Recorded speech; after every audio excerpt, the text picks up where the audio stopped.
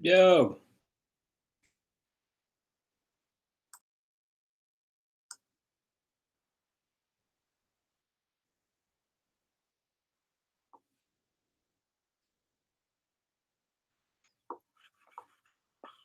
I guess I'm live, but nobody's here watching, so whatever. I wanted to test this out. I guess I'm on Google Hangouts live here. Yo, what's up? My first viewer ever. This is my first live stream. Just checking out how to use this thing, test it out. I was going to talk about some of my recent gear acquisition syndrome issues. If you're new to the channel, I've run the channel that's about 4-track recording and home recording, lo-fi recording, bedroom recording. But I want to thank you guys for all coming out and joining my first ever live stream. If you're just joining us, my name is Mike, and this is 424recording.com. Yeah, so recently I did a rant about gear acquisition syndrome and my own bouts with it. And lately I've been looking at the Electron Analog Rhythm Mark II, which is a drum machine sequencer, just beat making device. And I've been trying to decide whether or not I should get it. The main factor is the price of it is pretty steep. I think it's like $1,600, which is crazy. It's like more than my computer cost. And I'm trying to figure out whether that's a good idea or not. I don't really get too many bouts of gear acquisition syndrome anymore, but I don't know. I'm trying to figure out whether that's something that's worthwhile to get for me. If you guys have any ideas about gear acquisition syndrome, like let's chat, because I need I need some support here, because I'm not getting ready to pull the trigger on it, but I don't know. I'm a little worried that I might. I think it would be a good thing, but it's just a lot of cheddar, you know. So let me figure out how to open up the. Oh, okay, here's the chat. Yeah, this is my first time doing this, so sorry if I'm a little bit new to it or not as entertaining as I was hoping I'd be. But anyway, so thank you for joining us once again. So if you guys are unfamiliar with Electron, they make, I guess, electronic instruments or drum machines. And there's just something about it. I've been wanting to get a. I looked into the Dave Smith Instruments and Roger Lynn creation. Oh man, I can't think of the name. It just escaped me. Tempest. And I was looking into getting that drum machine at one point because I was really a fan of the Lynn 9000 and the Lynn patches that I've gotten. But I don't know. I'm trying to figure out whether it's worth getting. I think I'm going to use it a lot if I do wind up getting it. But let me go through some of my things that I do for gear acquisition syndrome that I've been asking myself. So, in terms of the Electron Analog Rhythm Mark II, I'm trying to ask myself, do I already have something I can use for this purpose, or do I have a friend I can borrow something from? So, right off the bat, I think a lot of the things that the Analog Rhythm Mark II can do is all stuff I can do on the computer. And I think there's even phone apps that I can use, like the DM1 drum machine. It's one of my favorite drum machine apps if you're looking for a drum machine app. So I'm trying to figure out now, well, you know, the DM1 drum machine app was $1 and this thing is $1,600. So as I always say, law of diminishing returns. Is the Analog Rhythm Mark II, I hope I'm saying that right, is that 1,600 times better than the iPhone app I have? I don't know. That's kind of a tough call. So that's something I think I'm trying to figure out. What do you think? Is a hardware synth or a hardware drum machine that much better than a phone app? Like, obviously, it's going to be amazing, but 1,600 times better in terms of the price? I don't know.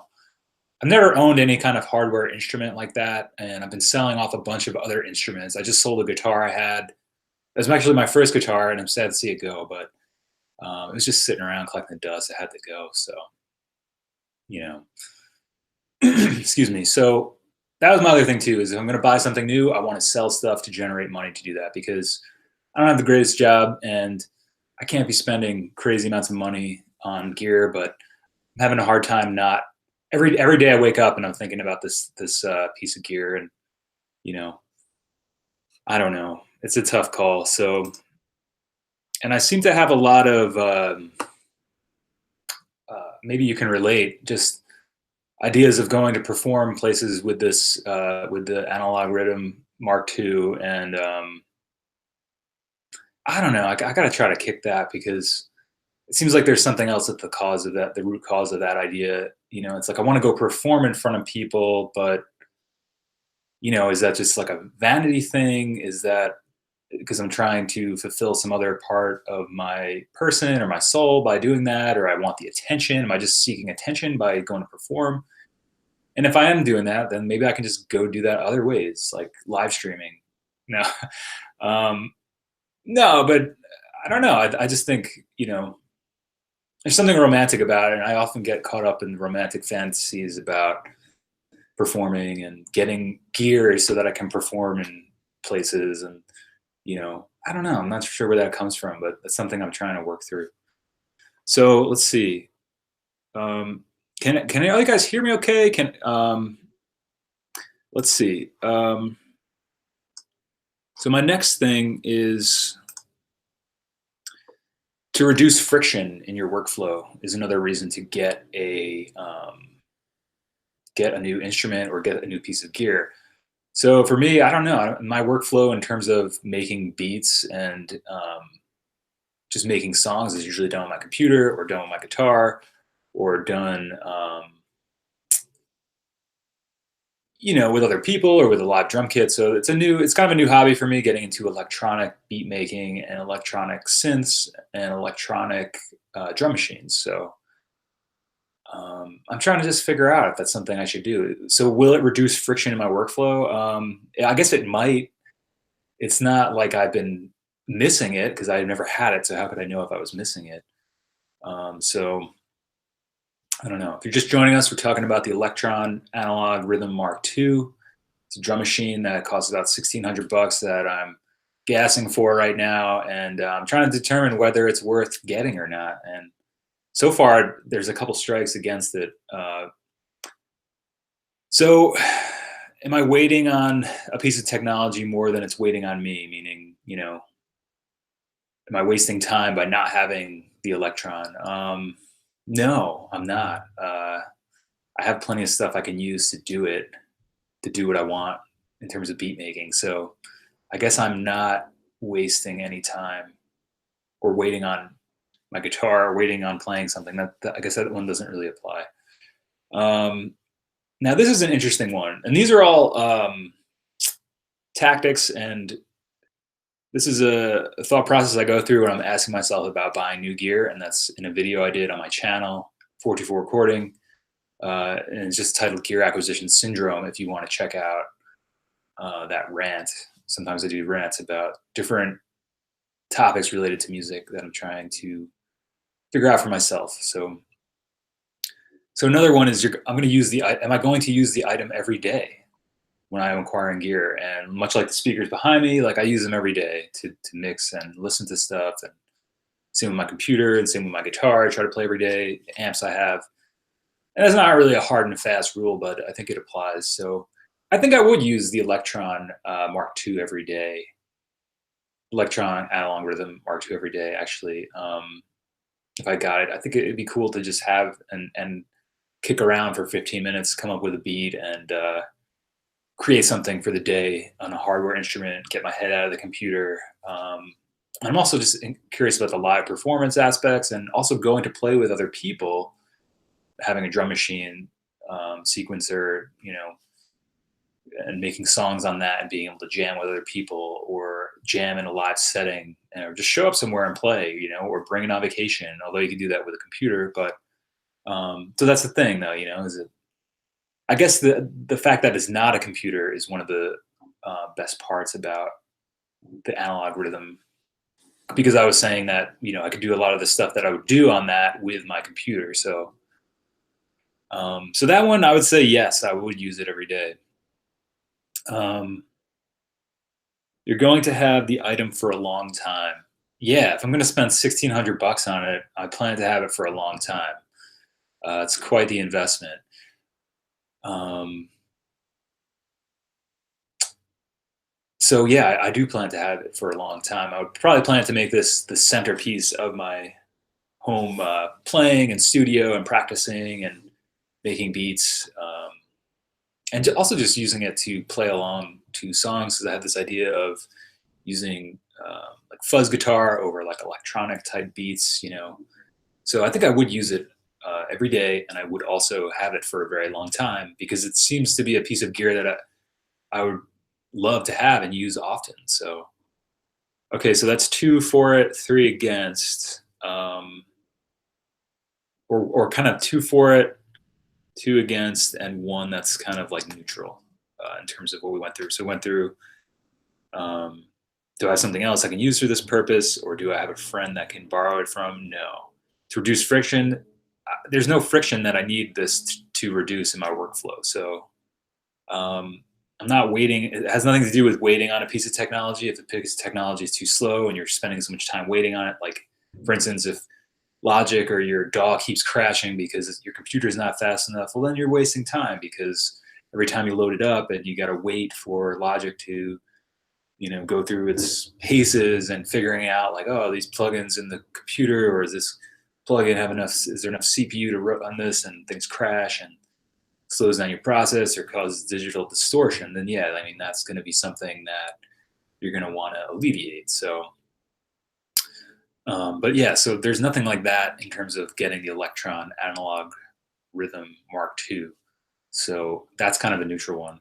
And then I'm probably going to use it every day. So I could picture using it, when I'm like eating dinner or every morning at breakfast or something, it's like messing around with stuff.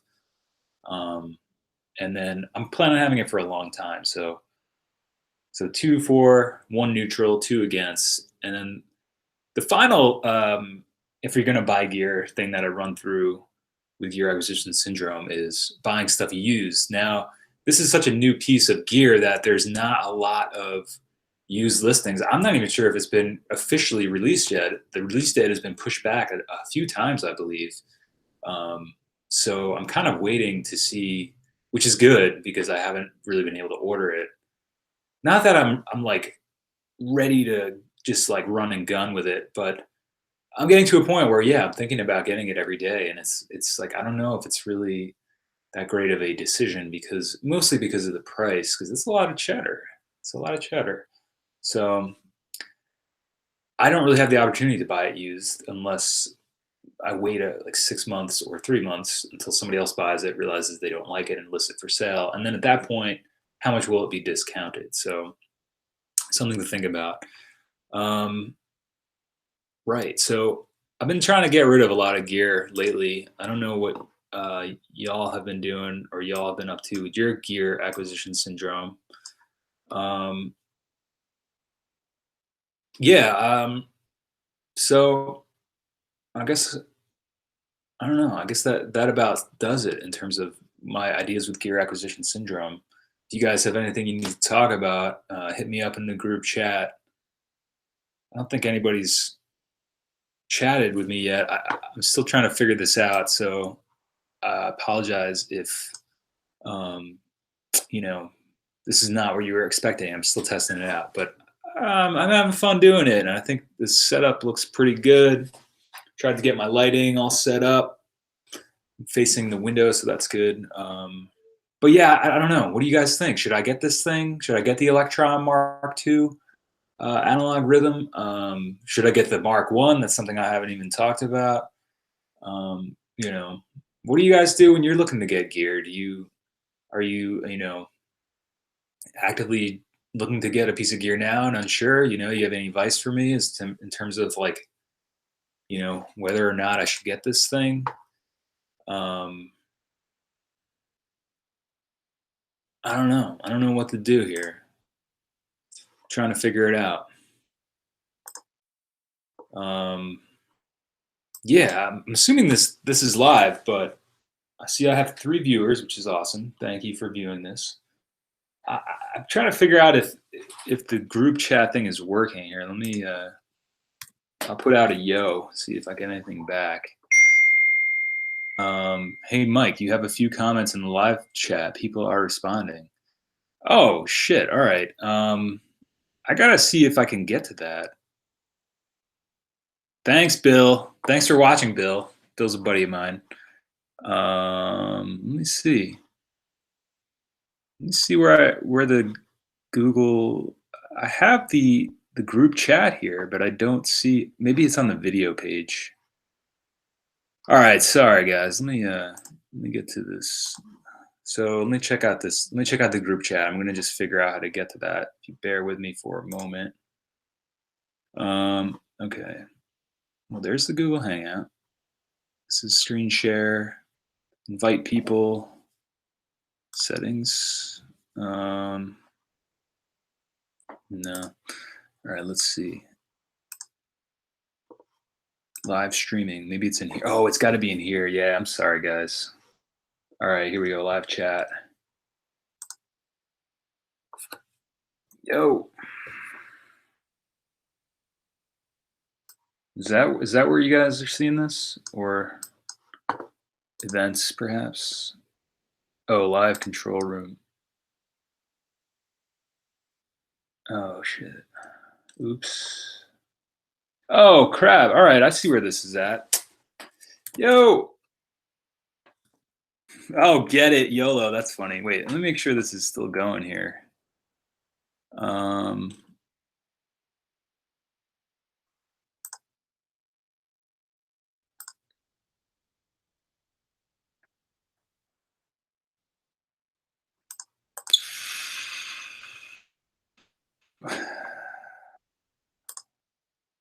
Oh, take me there. Google. Yo, still here. All right, guys. Bill, thank you. I just found the live chat. I'm gonna go to that right now. It keeps disappearing here. All right, so I'm still. All right, I'm in the live control room. Thanks for bearing with me, guys. I'm trying to figure this out. Hey, Mike, loud and clear. Oh, it's Nicholas. Hey, Nicholas, what's going on? Oh man, there's a lot of messages here, guys. The Mark one is cool too. Thanks, Anthony. To try and see past the advertising. That's a good point. That's a really good point, because the advertising is something that I've been thinking about.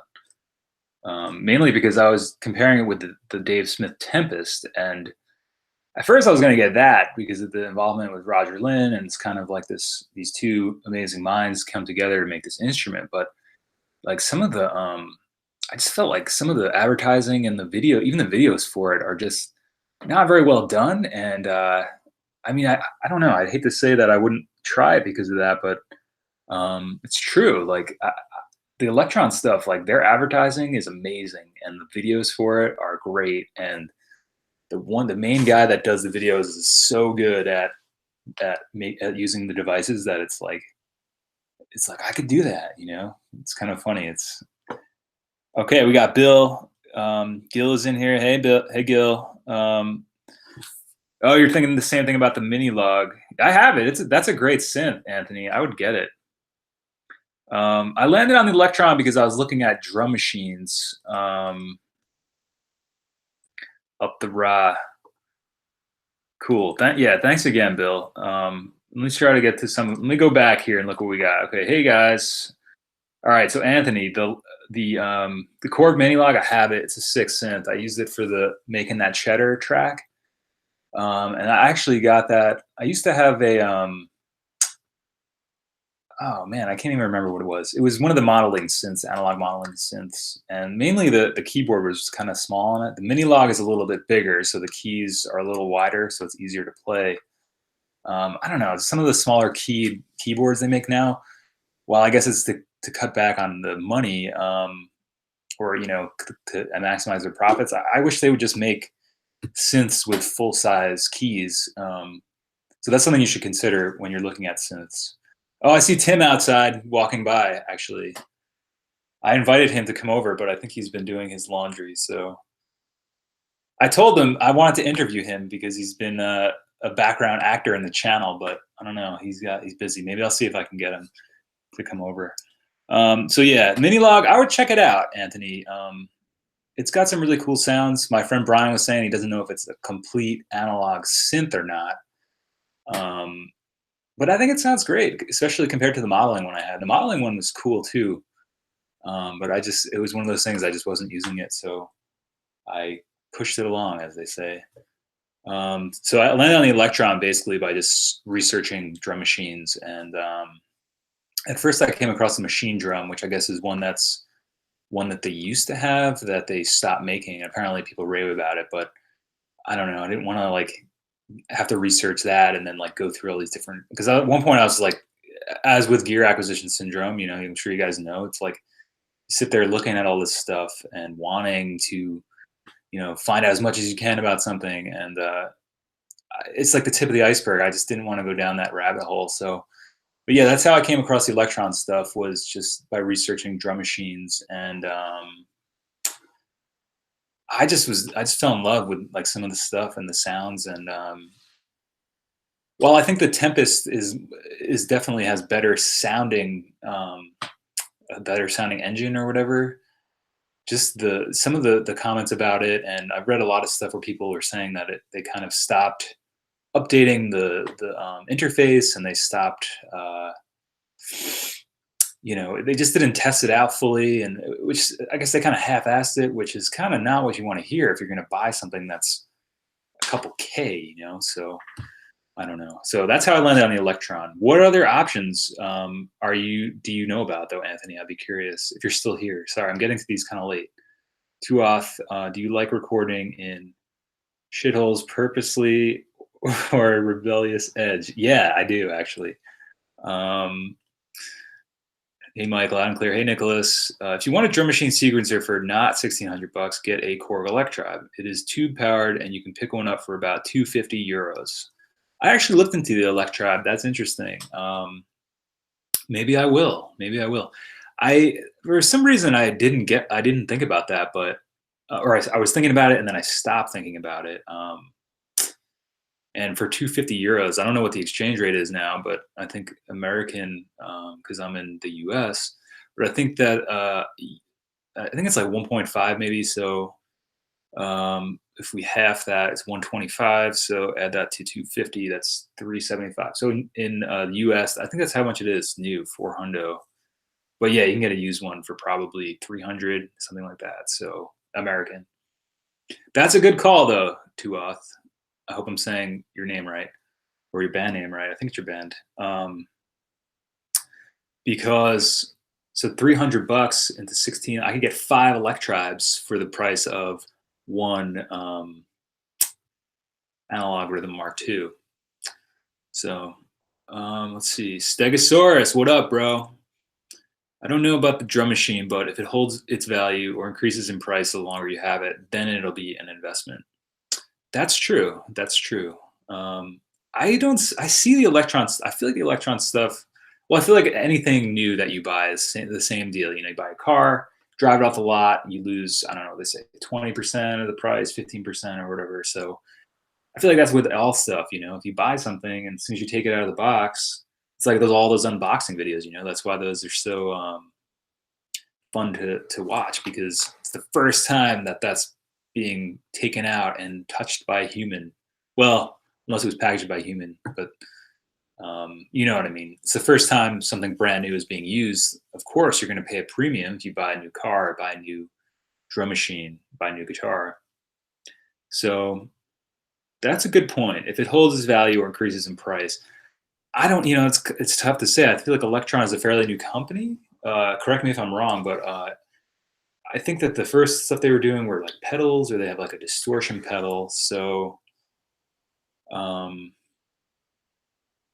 think they've been around, but I know the machine drum seems to hold its value. But I guess the big difference for me between the Mark One, because Anthony said the Mark One and Mark Two, is the Mark One is cool too. So it does look cool, yeah. I guess the big thing for me was the buttons on it. I guess that was like a big reason why they updated the machine, or at least what I understand to be, is because the buttons were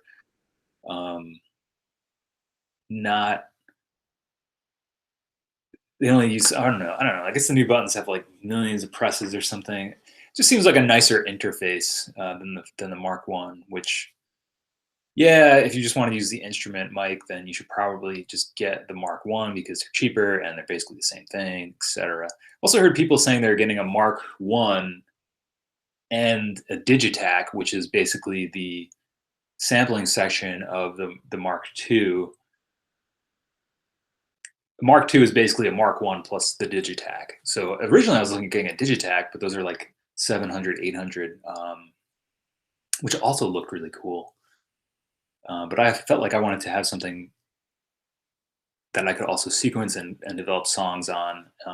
So that was the big reason I wanted to get the Mark Two. But I should reconsider the Mark One. But I may not even I should probably just reconsider getting one in general. But that's why I'm here talking to you guys about gear acquisition syndrome, because I knew I needed to bring this to other music nerds and people who have gone through this, because I'm on the ledge of like, although I probably shouldn't spend $1,600 on this device, I'm ready to go for it because, as Stego says, get it, YOLO. It's true, YOLO. I can't take the money with me, you know.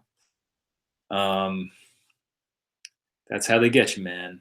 We use a mini log in our band, and it fucking kicks all sorts of ass. Get one, man. It is dope as fuck. Yeah, they're really cool, Anthony.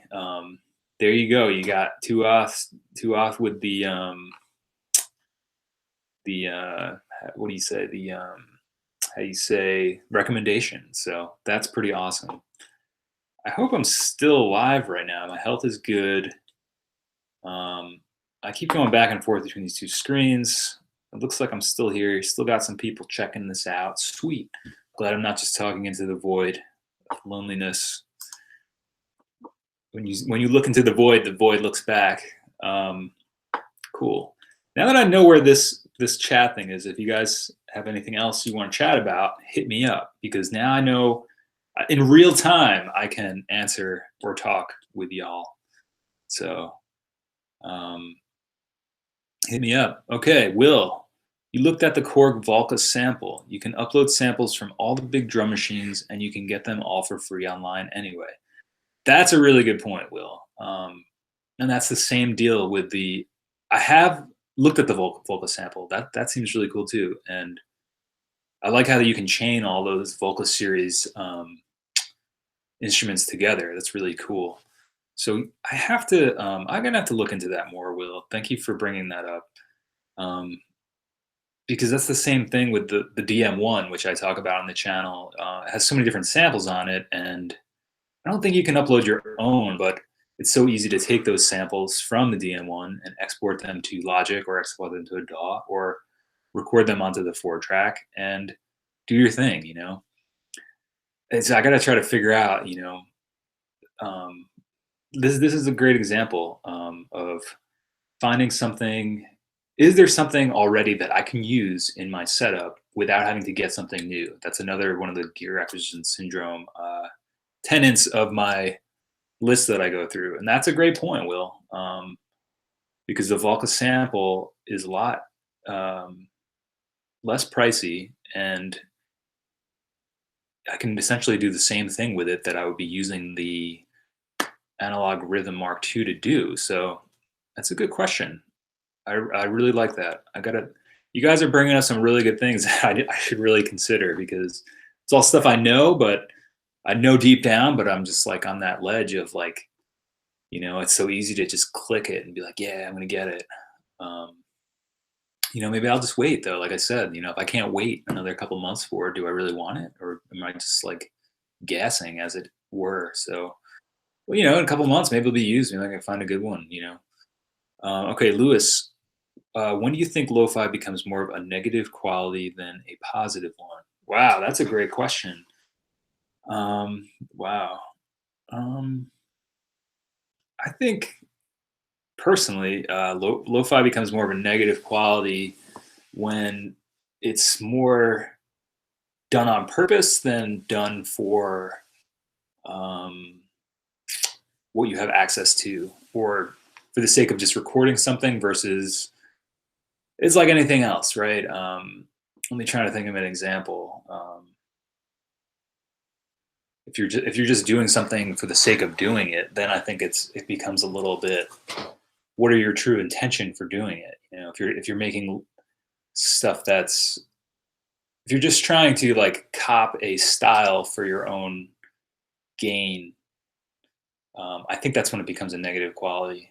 Because my favorite lo-fi stuff is lo-fi because that's what the artist or that's what the person had at their disposal. And if that's something you genuinely like to record on, like the 4 track, I genuinely love the sound of it. I think it's a very unique sound.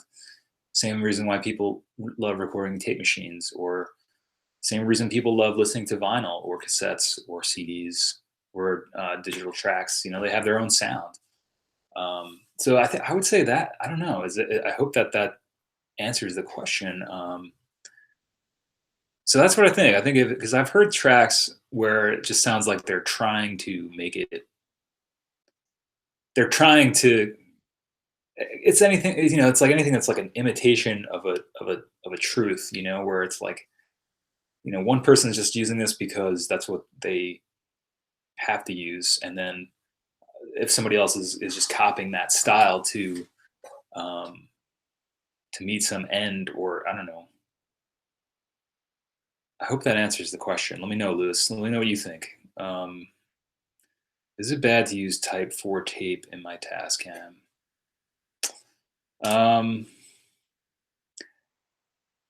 I would think so, only because I know it's not. I know they want you to use Type 2 because it's more resilient tape, um, and the machine is built to use Type 2. So I would assume it's kind of like driving over a pothole. It's not something that you want to do, but if you have to do it once in a while, you're going to have to do it, right? It's not going to like completely destroy your car, but it might lead to issues in the future with your car. So I don't know. I would avoid it. But have you used it before? Twin reverbs are loud. I mean, is that what you use in the regular? Are you just like out of tapes and you need to use it? What's the background on the question? Did you come across like a bundle of them and you just like want to use them? Um, I know Type 1 is going to shreds in the machine because I've come across a lot of buddies' machines or just machines that I've looked at, and you can just tell that the wrong tape was used, or maybe they just never cleaned them. But the type 1, or like that's the one that's a lot thinner, and that's going to just shred and affect the machine negatively because the Type 2s are more resilient, and they're not, and it can withstand the rewinding, fast forwarding, recording, pausing, and even that is not perfect, as we know, with the tape drift. Gotcha. Thanks, Mike. I recently came across a box of unused Type 4 tapes. I haven't used them before, but they seem really high quality. Well, check them out. Don't let me stop you. I just know from my own experience, and I usually go by the book, so that's all. I mean, people use whatever types of tapes they have, and tapes seem to be getting. I don't know. I heard a rumor that I think Catface was telling me that Mac is now coming into the giveaway on the channel is now going to be stopping production of Type 2, which I gotta email them. I'm gonna email them right after this about that, and see what's the deal, because that's not cool if that's the case. I think it might just be one of their lower level ones they might be getting rid of, but I will confirm with them. Maybe we'll do a video about it. And maybe I'll get some Type 4 tapes myself, Twin, and I'll check them out and see what the deal is. I mean, I would say worst case scenario, sell them and get some Type 2s, or use them and see what happens. Maybe they'll work out really good. I mean, Will, would you ever think about recording on a reel-to-reel tape machine or using it to bounce to from El Tascamo? um, I would love to. I have recorded on a reel-to-reel machine in the past. One of my past bands actually purchased one. I purchased it on eBay a long time ago. That machine is long gone, but so the answer to your question is yes, I have recorded on one. Yes, I used to have one, and yes, I've been looking to get another one. I actually missed out on a really good local deal on Craigslist for a was a Tascam 38, I think. It's basically an eight eight track. I think it's half-inch tape, and I was really disappointed that I didn't get it. It seemed like it was in good shape and it was a good price, and or using it to bounce to from El Tascam, or using it to bounce to from. Um, yeah, I mean, you could do that for sure. I think if you had a reel-to-reel machine, you should just record on that, because the tape is going to be wider. So, but you could do that. Yeah, you could bounce to that from the Tascam, or you could bounce. Oh wait, using it to. I'm sorry, I'm just using it to bounce to. Using it to bounce to from El Tascam. Sorry, my brain is just like not wrapped. I think I understand it. I would say just record on that, and then yeah, you could bounce those tracks to the Tascam from that. I don't know about bouncing them from the Tascam to the reel-to-reel, but I don't think that's what you're asking. But I mean, you can do that too. Why not? For the sake of experimentation, why not? Twin reverbs are like eek. I normally use Type 1. Time to switch to Type 2. I only have a few Type 2 tapes. Yeah, I would try to get the Type 2s, or just make sure you're cleaning your machine a lot. Um, Mainly because the tapes are just going to break down, but also then you might lose your recordings if the tapes aren't up to snuff. You're going to be wearing them out, especially if you're practicing or reusing the tapes. Um, Twin, I use a reel at will. I use a reel to reel bounce tracks while I record my whole band, and I had a hard time with excess noise. That's a great point. There's going to be obviously more noise introduced. Stego, I'm driving about in my van. Nice, man. Need to log off. Cheers, bud. Catch you later. Don't forget to add me on Instagram, you. All right, I'll find you on there, bro. Thanks for watching, dude. Especially since you were driving. That's oh, about to drive. Okay, cool. So you weren't driving while you were watching. Be safe out there, guys. I don't want to. I don't advocate for texting while driving, drinking while driving, live streaming while driving. But thank you, and thanks for being safe, Stego, and thanks for watching. And I will find you on there. Will, like, rather than bouncing to the computer, you keep it all analog, man. Right, right. I think Twin makes a good point with the excess noise, though. You're probably going to run into that. I guess it depends how many generations you have. And somebody actually just posted on the forum about noise and the. I'm just going to read that because I thought it was really interesting. It was Exodus. If you guys aren't members of the forum, you can do that at 424recording.com/forum. There's a lot of good posts coming up, and there have been a lot. There's a lot of good stuff going on. And oh yeah, we're talking about doing a 424 cassette chain letter project, which is basically we're all going to be recording parts of a tape, and then somebody will do the drums, then send it out to somebody like Stego. He'll do his thing, sends it to me. I'll send it to Will. Will sends it to Twin. Twin sends it to Bill. And we all just do our thing on it. So that's going to be cool. More on that. That's actually just a recent development. I only read about that this morning. Wait, so let's see here. I wanted to tell you guys about the noise, ways of avoiding the noise, because Exodus posted it, I think, in 2 spots on here. Of course, whenever you're looking for something, thought you knew where. Oh, his par for the course. Yeah, so I guess it's a.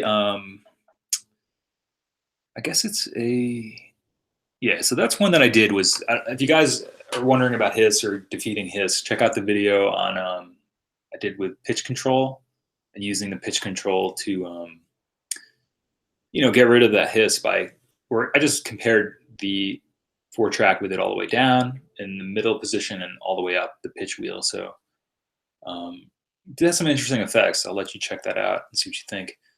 But so in terms of hiss, this is something I've heard about, but I gotta try this.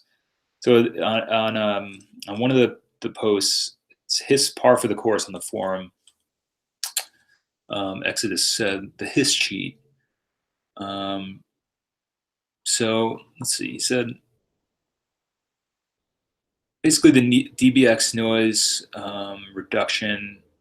You still have hiss on there, obviously. I mean, that's I always find that, even though when I do use that, some people argue that it sounds better without using the DBX on. So um, it says part of the problem was a typical Porter Studio's treble response did not rival that of a good stereo deck. Therefore, the higher frequencies in the hiss were not as well masked by the recording's own highs, and there was not much scope for rolling off treble at the mastering stage because the recording would be rendered too dull. So the way around this, if you wind up having or wanting to alleviate the hiss, or from multiple generation of bounces, because this idea came from the reel-to-reel idea that Will mentioned and Twin was commenting on, um, Cheats could negotiate around this by placing a graphic equalizer on the live input of their Porter Studio and overemphasizing certain treble components of the sounds being recorded. The overbright treble was then cut back at the mixing stage, taking the worst of the high frequency hiss with it. So potentially, if you overemphasize the treble frequencies when you're bouncing, or when you're recording rather, and then as you're bouncing or mixing stage, you can then take out those bright areas or the overemphasized treble areas, and that'll take the hiss along with it. I've never tried this. I've heard of this before, and I guess I was having a hard time believing that this would be the case. But I mean, this is from tapetardist.wordpress.com. 10 things you probably didn't know about Porter Studio recording. I've read that article. It's a good article. So that's obviously where I must have gotten this from. But so that's a way to alleviate hiss, and that's something I'm going to have to try in a future video. Oh, we got some more comments coming in. Command 8. Wait, let me make sure. Right, rather than bouncing to computer, you keep, yeah, okay. Do you have any recommendation for a portable cassette multi-track recorder for a total noob? It's for a GarageBand project. I've only recorded using decks and a Sony WMD6C, but that one cut. Let me just see what that is. Sony WMD6C. Oh, okay, so like a Walkman. Yeah, you're probably gonna want more than, I don't know how many tracks that. Probably just stereo, right? Oh, it's my cat freaking out. I don't know if you could hear him. Do you have any? Okay, I've only recorded using decks. Yeah. Okay, so it's for a GarageBand project. Now, what do you mean by GarageBand project, Command 8? You want to record into the cassette track and then bounce it to GarageBand? Is that the idea? I mean, of course, since my channel is 424 recording, I would recommend getting a Tascam 424. But you could get a Porta 2 or a 414 if you want like a simpler one. I guess it really depends what you're trying to do with it. If you're trying to go completely in the 4-track, record completely onto cassette, I would get a 424. That's kind of the, I don't know, in my mind, the pinnacle of the technology. It's, I guess the evolution, the highest evolution of it. And that's another interesting point we gotta take a look at. No, we are in Garage and jamming. Oh, that's funny. Okay, I thought you meant GarageBand, like the program. Okay, GarageBand project. Okay, only recorded using decks. No, we are in Garage and jamming. Cool. That's awesome. I love jamming in garages. That's one of my favorite places to jam too. Okay, so how many people are in your band? I guess. In that case, what are the differences in the Mark I and Mark II version of the 424? The main difference is that I think the Mark I only has 1/4-inch inputs, and the Mark II has 4 XLRs, as well as the Mark III. So for the sake of just, hey, for the sake of just using, sorry, my cat's freaking out. For the sake of just using ease of, because most likely you're gonna have microphone cables, and if you use the line level signals, you're gonna have to have a way to, if you're using mics, you're gonna have to have cables that are, go from XLR to 1/4-inch. and then you might have to have like a preamp to raise the level. So I would get the Mark II. Yep, yeah, that was he's freaking out. Yeah, I would get the Mark II if you can. Mark One is great though, but I guess it depends what kind of stuff you have lying around. You know, what's going to be the easiest for you to use in terms of the cables that you have. Yeah. Um, so, but yeah, that's the main difference. The Mark II has a couple more features. I think they have the same amount of tracks, but there might be like a couple more inputs. Well, it has the same amount of tracks, but it may have a different number of channel inputs. 6 people, 1 drum, 2 guitar, 1 bass, 1 singer, and me. What are you doing? Like tambourine or something? 1 singer and me. Or are you a singer too?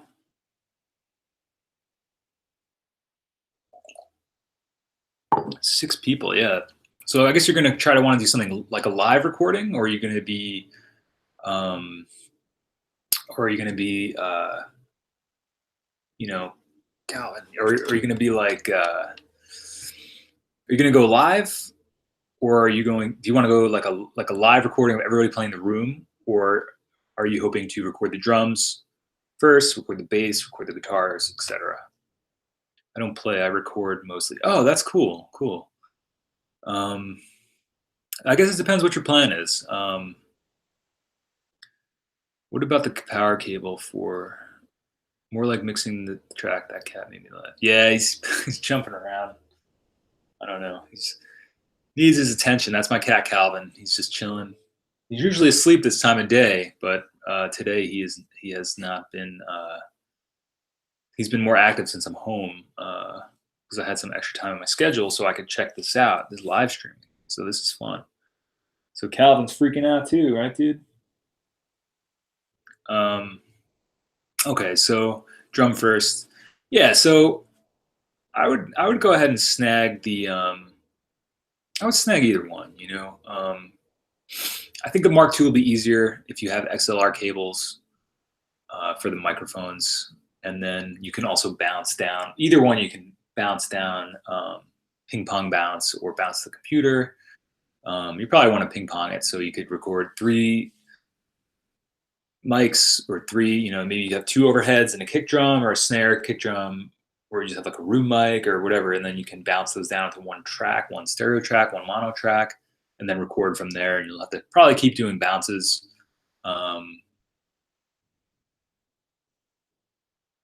Oh, good luck finding a multi-track in Europe for a reasonable price. Yeah. Have you looked into any sort of like digital multi-tracks? I mean, obviously, I don't want to recommend. Well, I just don't. I haven't really used those that much. So, but they would be probably more easy to find and not cost you an arm and a leg. Um, I'm just gonna. So Davia says, "What about the power cable for the Mark III? Looks like they are really rare. Is it possible to buy one somewhere? Because I have Tascam but no power cable." This is quite a common problem with the Mark III because the transformer that it uses, the transformer isn't that rare. I actually had Jay, who is one of my cohorts, comrades. He's the other guy on my channel, which you guys probably have seen. He's been very busy, so I haven't been able to do too much with him. But eventually, I think we're going to do live streams with the 2 of us, so that's going to be cool. But I really wanted to test this out. But anyway, so I've been trying to get Jay to make new power cables for the Mark III because I too, even though I have one, which is down over here, I too would like another one just in case something happens to mine. And also for the exact same reason, because you can buy so many used Mark IIIs without power cables and they're untested. You won't know if they work. So if you had a way to buy them and test them, well, I could test them with my power cable, true. But you know, I was hoping to find others for either friends or gift people or sell or resell or, you know, sometimes people ask me if I have one for sale or you guys are looking for one. You know, that'd be cool to have some kind of like way to test them out and you know. So to answer your question, I guess they are really rare because of the DIN plug on it the way that it hooks up to the machine. I don't know why they decided to make the power adapter so strange, because the Mark One you can use pretty standard adapter. Mark Two, the power cable is hardwired into the machine, so you can't lose it. And then the Mark Three, problem is with it, like you said, it's a separate piece. So over the years, people have lost them. It's tough because I have noticed on eBay too. There's like one seller that somehow gets them from somewhere, and they sell them for like $100, which is insane. That, like, I was hoping to make them with Jay, and if we were going to sell them, or put them up somewhere and just make at least cover the cost of them and the time, and maybe a little bit extra. But $100, that's insane. I agree. I don't know. I don't think there is really, unless you're able to make your own. But let me get to on Jay about this, because I got to tell you that I would say once a week, or once a couple times a week, people are asking me, emailing me in the comments. They talk about it. Lately, there hasn't been too much talk, but I've been trying to get Jay on this, so to get going on this, because we could really. He knows how to do that stuff, and I think there's a real need for it, because, as you said, Davia, they're rare, and you don't want to pay $100 to some random person who happens to have a cachet of them, because where is that person getting them from? So I would like to, okay, back to Command 8. I would love to, yeah, occasionally power cords pop up on eBay. Yeah. I would try to get another one that has, it might be, like I said, it might even be cheaper just to get a whole nother 424 Mark III with the power cable than to just get the power cable. Because if you're going to spend $100 getting the cable, and a new one is like $200, $300, maybe just try to get a one that has both the power cable and the 4-track, and then you can sell whichever 4-track you don't need, or save one for parts. And that's the thing, if anybody else is watching this and looking to get a Mark III, just keep that in mind. Make sure you get one with the power cable, because as we're finding out, the power cables are rare, and the ones that are available, usually people put them up for a hefty price tag. And it's a shame, because it's a great piece of gear, but because of the nature of how they made the power cable, which stuff comes with removable power cables, but they're usually common, so it's not a big deal if you lose the power cable to a piece of gear, like a rack gear, because a lot of those power cables are the same. But with this, it's like specialty thing. They use some weird DIN setup, and Jay was saying it's actually a quite simple power supply, but it just has to be wired a certain way. So, and there actually is a video online. I think Third Island is the user, and I don't know who Third Island is, but they are a wizard when it comes to all things 4-track. I don't know if they own a shop or they just do it for fun, or it's an amazing channel. I would subscribe to it if you just like to look at the inner workings of this stuff. And they're just constantly putting out videos about, and I think they have a video about the power supply and how to make it. So if any of you guys are electronically inclined and want to beat Jay and I to the chase, because Jay completely doesn't seem interested in making them, that's a big niche, a big hole in the market for 4-tracks that you could fill if you know how to make them. So Third Island, that's the channel. Check him out. He's got some cool videos about stuff, all sorts of different 4-tracks, and taking them apart, fixing things, and modifying them. So that's cool. I would love to, Command 8, I would love to do that stereophonic effect the Doors use in their tracks in their Strange Days album. Really cool. Is the issue with the power cable that they use the inverted negative port? I'm not really sure what the issue is. I know it has something to do with the DIN plug and something to do with the transformer. The transformer seems like it's some rare transformer that you can't get, but it's actually like the way that it's hooked up in the power cable. It's basically like two parallel 12-volt transformers, or I don't know. I'm butchering it, but it's not as complicated as it seems. But for some reason, the power cable is very complicated, and DIN plugs, you can find them, and then you just gotta like wire them some way that defeats part of the, like, it's a 6-pin DIN pin plug or something, but it only actually uses 2. I don't know. It's beyond my ability to discern what's going on with it. So, but yeah, do that up, man. I will listen to that Strange Days album and see What you mean? Stereophonic. Um, Occasionally power chords pop on eBay. Mike, I just started to record our band with the Tascam 488, the 424's 8-track older brother. I'll send you the results when we're finished. Please do. I would love to hear that. 424recording@gmail.com. Send it my way. I'm always interested to hear what people are doing with their 4-track machines. And thanks to all you guys who have already sent me tracks. I've been enjoying those. And I usually listen to them when I'm cooking dinner, which is awesome. Have you ever used one? I haven't. I haven't used one of the 8-track Tascams. I really want to get one. I was thinking once I exhaust the 424 stuff, the 424 4 tracks, I was going to look to get an 8-track one. I'm very curious about those. And I was actually looking at 488s. It's just a price thing, for me. I don't know. I already have 2 great machines, so it's kind of tough to keep collecting them as much as I'd like to be a collector. Aaron, I've messed around with a Fostex R8. Do you have any experience with those? Let me see which one. Fostex R8. Images. No. Oh, that's cool. I've messed around with the Tascam. I think it's Tascam 38. We have. No, I always want to get a Tascam 388. I don't know if you guys have ever seen that one. Let me figure out which one it is, the one I had.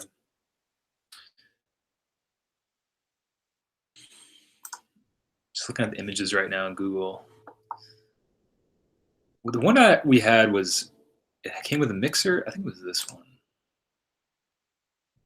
Yeah, Tascam 38, half-inch, 8-track. I've messed with that one, and I've really wanted to get one. I was saying before that I don't know when you joined us, but I was saying before that I really wanted to get one that was sold locally, and we used to own one in a band I was in, but it's long gone. I don't know what happened to it. So no, I don't have experience with the R8, but I do have experience with the Tascam 38. And if they're anything alike, I mean, just by the look of it, they look similar. I would snag one if you can. If it's in good working order. I'm assuming this is in half-inch as well. Let's see. I see one on Reverb. Is that listing has ended? Yeah, it looks like a cool machine. I like the digital counter on it, and it's a cool. The meters, excellent condition. REA, okay, can handle. Oh, it uses 1/4-inch tape, much cheaper than half, with impressively little crosstalk. Yeah, I would say snag one. I mean, 1/4-inch tape. I would ask, do you have any experience with 4-tracks? So it might do you similar. It might be easier to get tapes for it. Dark Manger, what up, nerds? What up? Manger. Sorry, I'm butchering it. Just picked up a Tascam 246. How you ever use one? No, I haven't. I've been wanting to. I think that's the original, right? That's like the Tascam. The internet amazing here. 246. Yeah, yep. But I know that those are classic 4-tracks. Only thing is I know about them, I think they tend to be prone to issues. So, I mean, I guess any piece of gear is prone to issues, or analog piece of gear. But if you find one in good shape, I would go for it. I've been wanting to. I've been considering getting a bunch of different ones and snagging different ones when I can. But like I said, I have 2 great machines, and it's like one of those things, whatever machine you get, you kind of inherit the problems it has. So the ones I have are pretty good. My Mark III has been giving me some issues that Jay sort of fixed, but it's kind of coming back. So I don't know what the deal with that is. But we've figured out a workaround that works well. Dude, guys, this is working out great. Thank you for joining the live stream. If you're new to the stream, this is Mike from 424recording.com. I started off talking about the Electron Analog Rhythm Mark II that I was gassing for, and we've migrated into just a Q&A about different types of machines and stuff that's going on. So if you have any questions, hit me up. Probably going to be going for another 10 minutes because I have to be somewhere at 1 and I got to leave for that. And it's pretty official, so I have to make sure I'm there on time. So yeah, we'll go for another 10 minutes about. So if you got any other questions or anything, I'm just kind of testing this out because Jay and I, he's one of the guys that is that does some stuff on the channel with me. We're going to be doing eventually some kind of live streaming together, either Q&A or working on stuff. Or I'm just trying to figure out the capabilities of this because I think there's a lot of potential to do some cool stuff. Eastern Standard official. Oh, good point. Yeah, 1 p.m. Eastern time. Something I had to do today got pushed back, and so I have to be there. I was originally supposed to go at 10 a.m., but then since I was home and didn't have anything planned, here I am. Wait, at least I missed a couple comments here. Aaron, I have a Porta Studio. I have one, but the board that came with it is really noisy. Yeah, that's. Wait, yeah, yeah. That I think that was kind of the issue with the 38 Tascam 38 we had too. The mixer was maybe you can do something with the mixer and like clean it up, or have somebody replace some parts or capacitors or whatever. I think they are. I'm assuming you mean similar. Dude, Tascam 38s are so sick. A buddy of mine used to have one. He always wanted way too much for it though. Yeah, that's the problem with those. They're pricey. And I think they're just super cool. Like the idea of it. I mean, people say they're impractical, the Tascam 388, because it's all one piece. It kind of just seems like you're using a big cassette or something in there, which I think is really cool. I think you could, build a whole studio around that. I mean, I've heard of, I know Black Keys, I think, use that on some of their stuff, which is cool. I know the OCs recorded a couple albums on that machine too, and I'm sure there's plenty of other artists that have used them. Those are the two that jump out in my recent memory. And I don't know, I just, after using 4 tracks and the Tascam 38, I've always wanted to get a 388, but same deal. They're just so expensive, and you got to really get one that you got to really get one from somebody that took well care of it, or that if it's in good condition. I have one with the board. Yeah, the board. Yeah, maybe try a different mixer with it. I don't know if it uses only a certain mixer, but I have a Porta Studio, but it's one mono in. Have you tried, Aaron, using the Porta Studio as the mixer for the Fostex? Because don't forget, the Porta Studio is a mixer and a tape recorder. So a lot of people, or I picture a lot of fictional people in my mind using Porta Studios as mixers, although they probably don't. But I think that's when Porta Studios were cheaper, a great reason to pick one up is so that you can get a cheap little mixer. So check that. I don't know. Maybe is there a way to hook up your Porta Studio to the Fostex R8 and use the Porta Studio as a mixer? I have to go enjoy the stream. All right, Command 8, you're probably gone, but thanks for watching, Brad. Standard time, 1 p.m. Yep, we're gonna be ending at about 12:30, so Eastern Standard Time. Okay, Etne Bosvert. I hope I said it right. Hey, dude, love your channel. Thank you. I have a Tascam Mid Studio 644. Oh, there goes Tim again. I don't know what he's doing. Tim. I was trying to get him over here, but he was too busy doing his laundry, that nerd. I have a Tascam Mini Studio. I'm planning to buy a few cassettes to record a demo. Which cassettes would you recommend? Online order, and I live in Canada. Thanks. I would go with National Audio Company in the States. I'm pretty sure they'll ship to Canada. I'm trying not to say anymore, but I say it often, so that's something I'm constantly cutting out of the videos. So I would go with National Audio Company. I did a giveaway with them. Those are the tapes that you see in all the videos. It's the see, now I'm like hyper aware of saying it's the tapes. They're Type 2 tapes, and they're called Studio Master 799. They're really good tape stock, I believe, and I believe they're new formulation. I think it was UPS just dropped something off. Oh yeah, FedEx. I don't know what they would be dropping off. Maybe it was for my neighbor. Um, ums are allowed on live stream. Don't worry. Thank you, thank you. That's good because I've probably made a lot of them.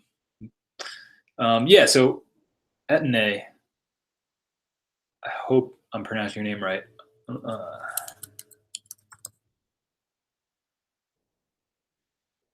um, oh, it's the French equivalent of Steven. That's cool. Um, pronunciation. Here we go. Uh, I don't know how to read that. Etienne, maybe. Um, where did the chat go? Oh, there it is. Haha, you can spell it ATM. ATN, sorry. There we go. Yeah, check out National Audio Company. See if they ship to you. If not National Audio Company, maybe eBay Canada or some sort of Craigslist type site. I know there's another type of site. Just try to get Type 2s. I don't know. I've always avoided the new old stock stuff just because you don't know where it was sitting, how it was kept. If it was in a heated place, in a cooled place. So it could, it could be in good shape. But I prefer to get the new ones. They're a little more expensive, but I think it'll keep your machine in better condition for a longer amount of time. There goes Tim again. I'm like spying on him right now. It'd be funny if he ever watches this. I think we live in the same apartment complex, so I just constantly see Tim around. He's the guy that lets me borrow stuff from time to time. Okay, so I hope that answers your question. Etienne. Steven. Do you ever record a live band mix with a 424? If so, do you use another mixer to do that? Yes, you can do that. I have done that. You can use the sub input on the back to use another mixer. Sub input takes the signal from whatever you plug into it and puts it into the master fader. So the only control you'll have over the overall volume is from the mixer. So say you were recording a drum kit on your second mixer. You say you had 4 channels and you're recording overheads, bass, and snare. You'd get the mix you want from there and then take the output of that first mixer, RCAs, and plug that into the sub input of the Porta Studio that you're recording to. And then that will send it to the master fader of the second 424 that you're recording to. And you'll be able to record your drum mix in stereo if you use stereo. You have 2 tracks available, or you can record it in mono or however really you want. So I would recommend that if you're going to be recording a live band with your Porta Studio. I've been meaning to do a video about this, series about this. I had a band in mind, but they declined, and I don't know. One of the guys is just being really weird about it. So I gotta find cooler people to hang out with in this area. No, I have a lot of cool friends, but yeah, we'll do a video on that. Maybe we'll do a live stream on it. I gotta figure out what the capabilities of this whole thing is. So right, we're talking about using another mixer to record live. Yes, use a second mixer. You could put whatever you want into it. Say you want to do drum and bass on that mixer, or say you want to do a few different people doing vocals, or your guitar players, your synth player, or I don't know, your record scratcher MC dude. Do it on the other mixer. It works out really well. And just keep in mind, you'll only have whatever mix you have on that mixer going into the 4-track to be recorded. I like those tongue out smiley faces, Dark Manger. Eye Walking Owl, what are some of your favorite effect units? Oh, good question. I personally really like my Sans amp, the original one, pedal form. I really like. We got 2 minutes. All right, I'm gonna try to get to all you guys here.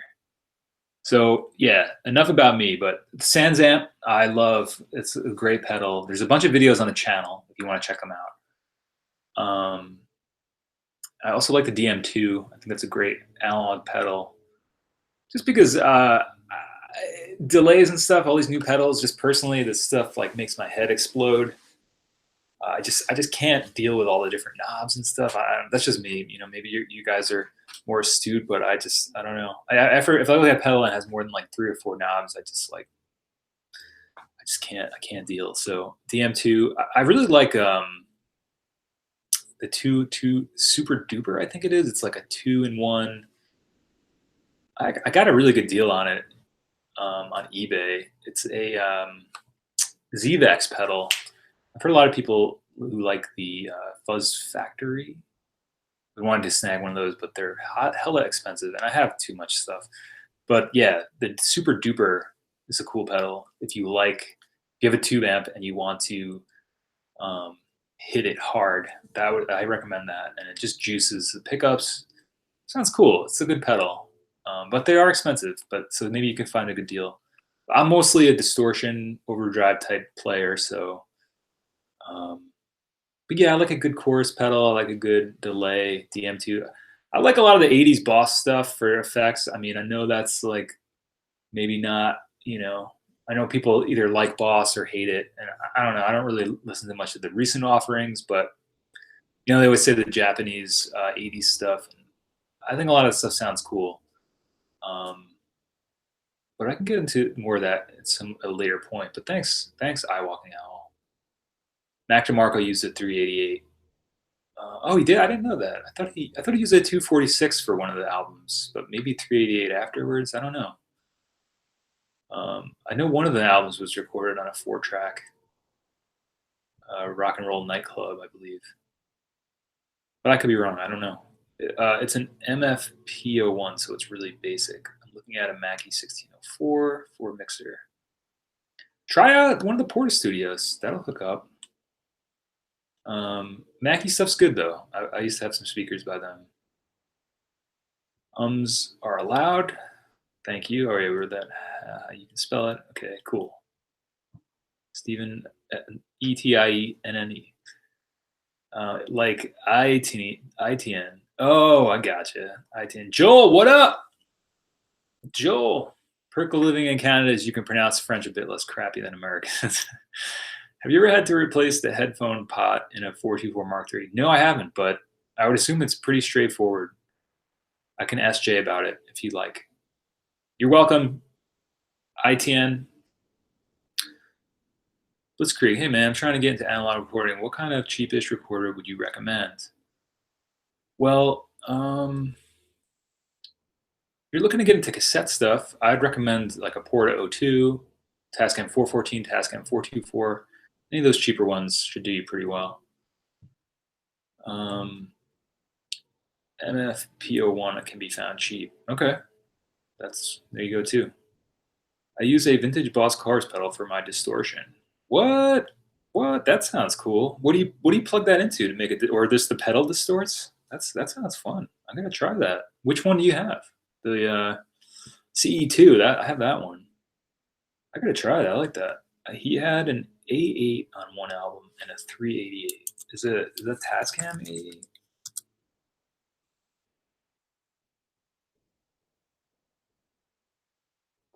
Okay, I'm gonna be late for my official duty here, so I'm gonna have to run, guys. Check out the forum. There's a lot of cool articles. Well, yeah, there's a lot of cool links and some articles and stuff. If you have more discussion you want to have, it's 424recording.com/forum. If you want to send me some stuff you've recorded, send it over to 424recording@gmail.com.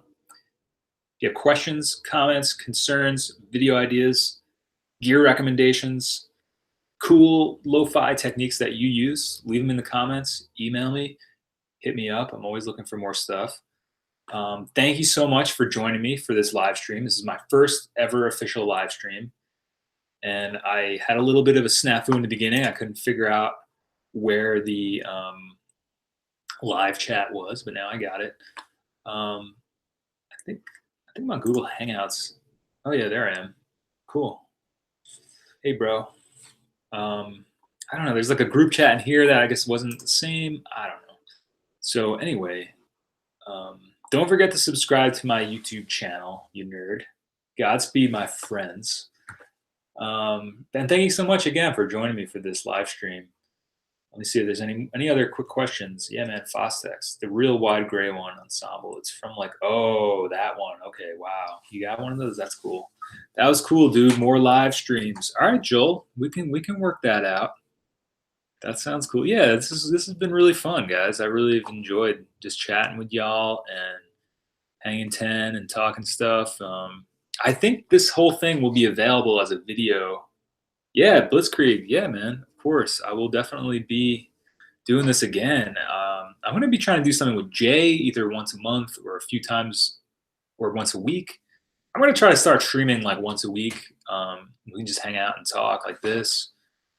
Yeah, hope to see some more streams, man. Have a good one, you nerd. You too, Dark. Thank you, buddy. Thanks for coming out.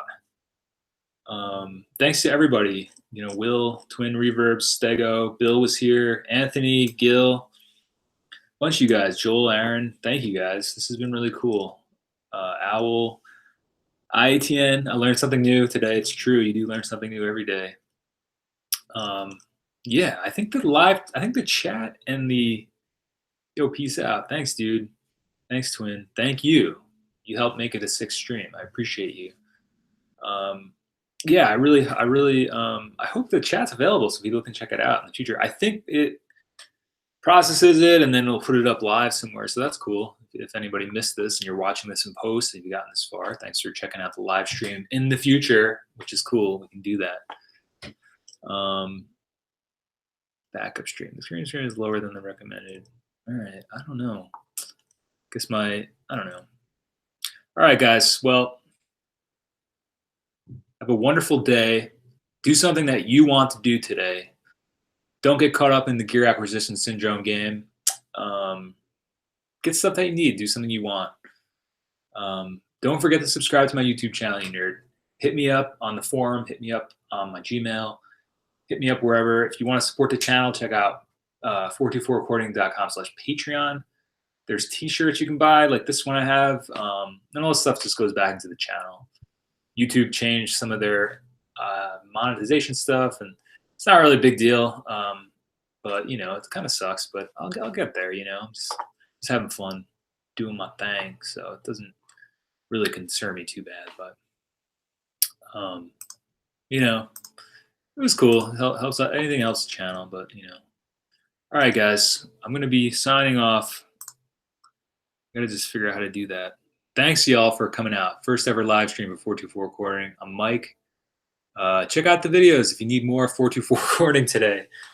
And don't forget, we've gone to a Monday, Wednesday, Friday schedule. So 3 times a week, 3 p.m. Eastern. I'm going to try to start doing streams more. This was a lot of fun, and it was really easy to set up. So, oh, man, it's kind of bright, the video. I guess it got brighter out. Maybe if I had set back further, it looks a little bit not as blown out, but we'll figure that out next time. Thanks, guys. Thanks for helping me with a successful live stream. All right, I'm going to be late, but I don't care. Peace.